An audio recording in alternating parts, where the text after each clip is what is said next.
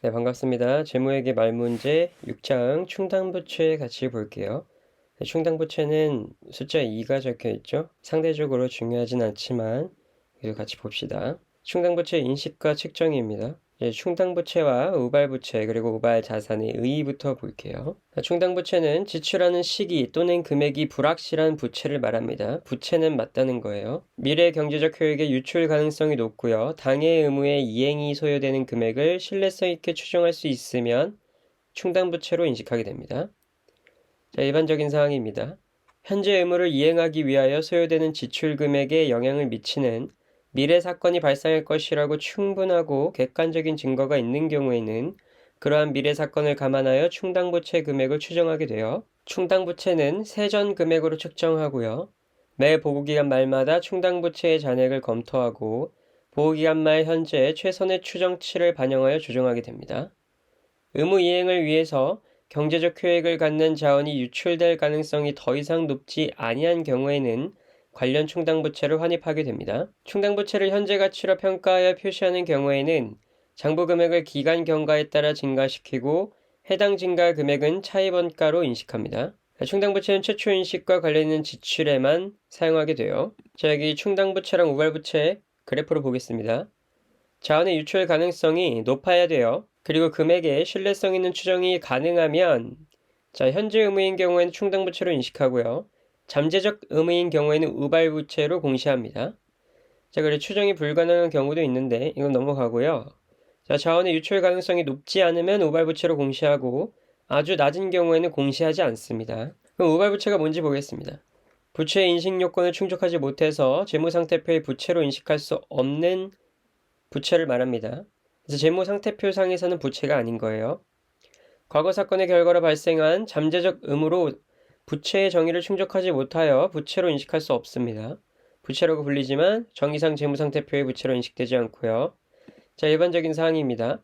제3자와 연대하여 의무를 지는 경우 이행할 전체 의무 중 제3자가 이행할 것으로 기대되는 부분을 우발부채로 처리하게 됩니다. 기업이 이행할 것으로 기대되는 부분이 아니라 제3자가 이행할 것으로 기대되는 부분을 우발부채로 처리하는 거예요. 제3자와 연대해서 의무를 지는 경우에 말이에요.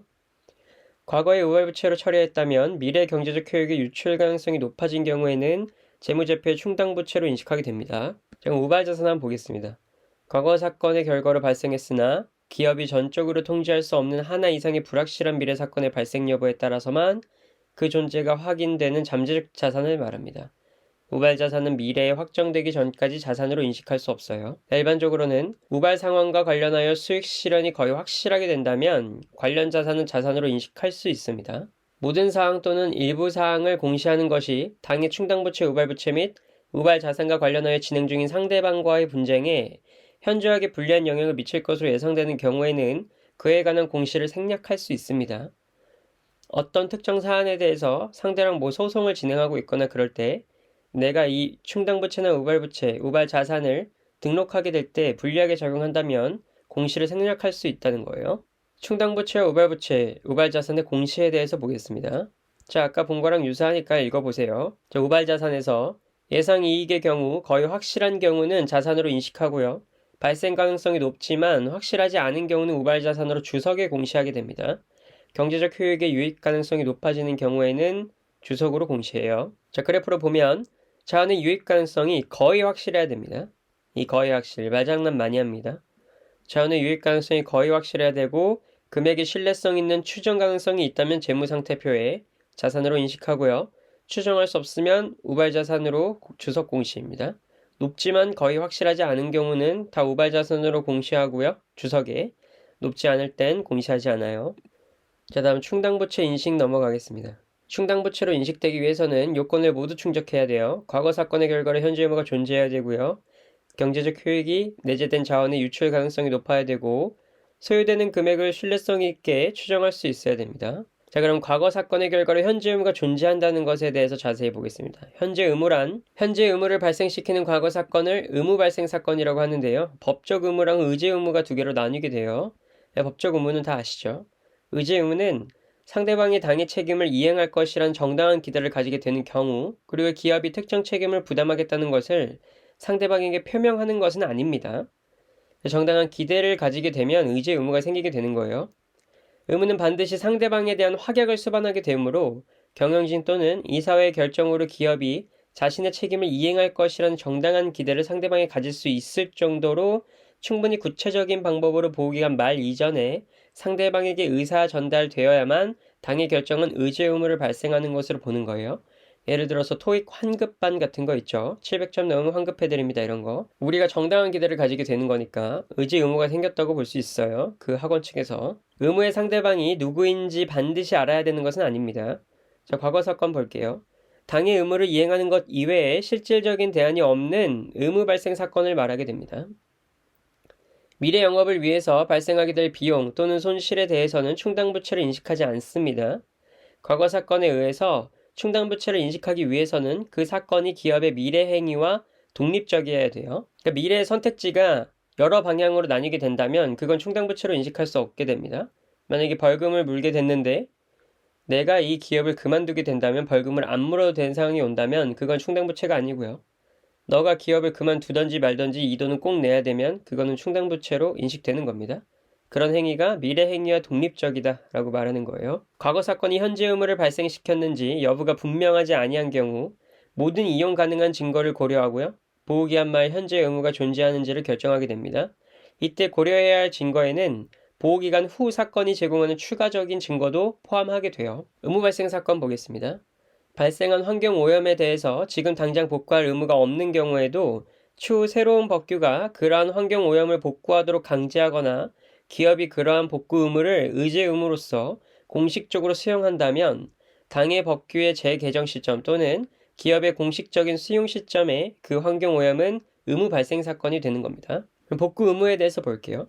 불법적인 환경 오염으로 인한 범칙금이나 환경 정화 비용의 경우 기업의 미래 행위에 관계없이 당의 의무의 이행이 경제적 효익을 갖는 자원의 유출이 수반되므로 충당부채를 인식하게 됩니다. 그러니까 내가 기업을 그만두더라도 이 범칙금이나 환경 정화 비용은 지불해야 되기 때문에 충당부채로 인식한다는 거예요.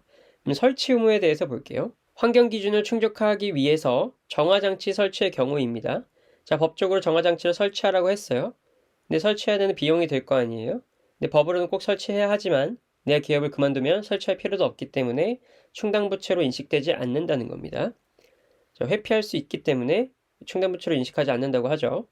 법 제정을 통한 미설치에 따른 벌과금은 충당부채로 인식하게 돼요. 자, 이것은 미설치했기 때문에 벌과금이 부여되니까 충당부채로 인식됩니다. 미래에 발생할 수선 원가, 수선 유지비는 법률적인 요구의 유무와 관계없이 충당부채로 보지 않습니다. 자, 미래에 어떻게든 무조건 발생하게 될 수선 유지비의 수선 원가지만 이 수선 원가나 수선 유지비는 법률적인 요구의 유무와 관계없습니다. 충당부채 무조건 아니에요. 자, 자원의 유출 가능성 볼게요. 제품 보증 또는 이와 유사한 계약 등 다수의 유사 의무가 있는 경우에 의무 이행에 필요한 자원의 유출 가능성은 당의 유사한 의무 전체를 고려해서 결정하게 됩니다. 특정 사건이 발생할 가능성이 발생하지 아니할 가능성보다 높은 경우에는 자원 유출 또는 기타 사건의 가능성이 높다고 보는 거예요. 경제적 효익이 내재된 자원의 유출 가능성이 높고요. 자, 나머지는 다시 읽어보세요. 추후에 의무를 발생시키는 경우에는 당의 법규안대로 제정될 것이 거의 확실한 때에만 의무가 발생한 것으로 봅니다. 충분하고 객관적인 증거로 볼 때 새로운 법규가 제정될 것이 거의 확실하다면 당의 법규의 효과를 고려해서 충당부채를 측정하게 됩니다.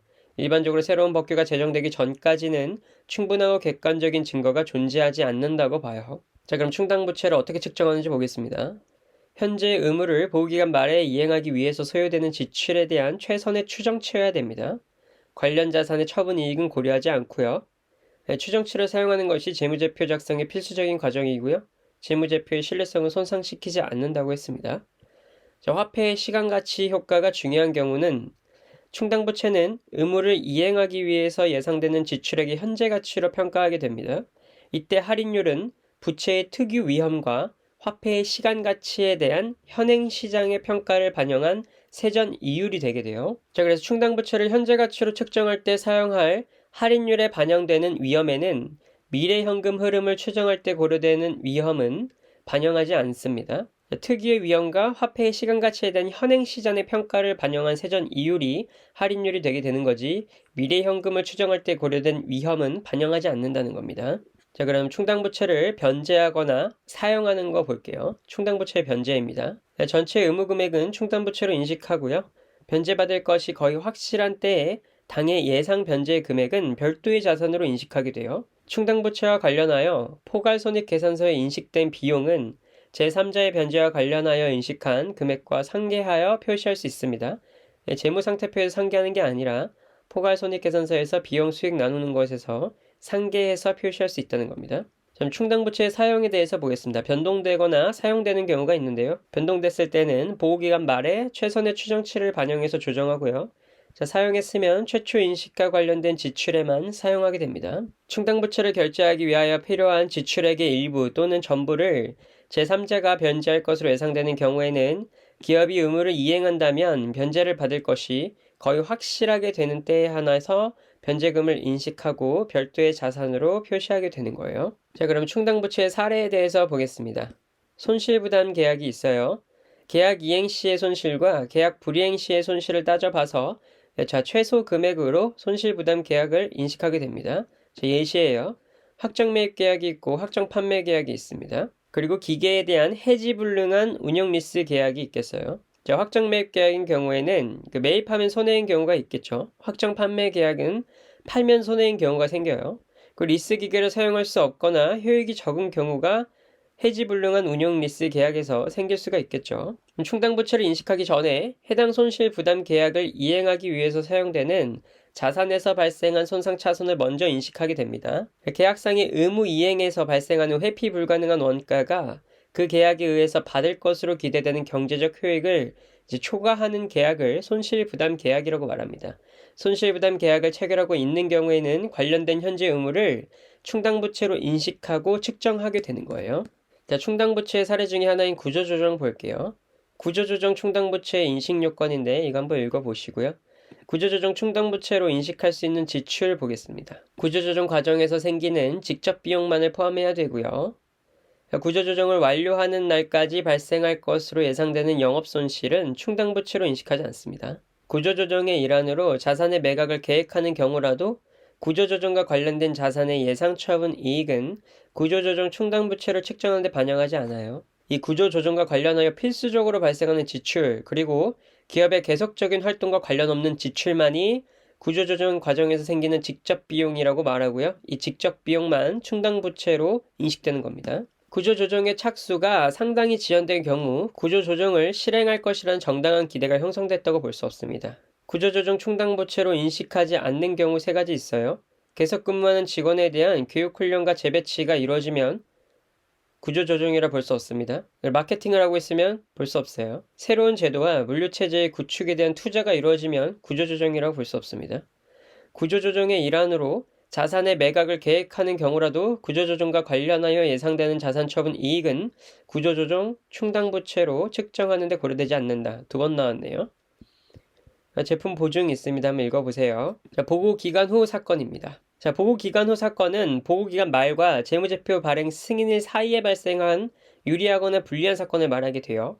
자, 보고기간 말은 12월 31일이 되고요. 재무제표 승인일까지의 한 2달에 3달 정도의 기간이 발생하죠. 그 사이에 발생한 유리하거나 불리한 사건을 보고기간 후 사건이라고 말합니다. 수정을 요하는 보고기간 후 사건인데요. 자, 보고기간 말 전에 현재 의무가 존재했습니다. 근데 이 현재 의무가 보호기간 후에 소송사건의 확정에 의해서 확인될 때 수정할 수 있어요. 보호기간 말에 이미 자산 손상이 발생되었음을 나타내는 정보를 보호기간 후에 입수할 때도 수정할 수 있습니다. 이미 손상차손을 인식한 자산에 대하여 손상차손 금액의 수정이 필요한 정보를 보호기간 후에 입수하는 경우에도 재무제표를 수정할 수 있어요.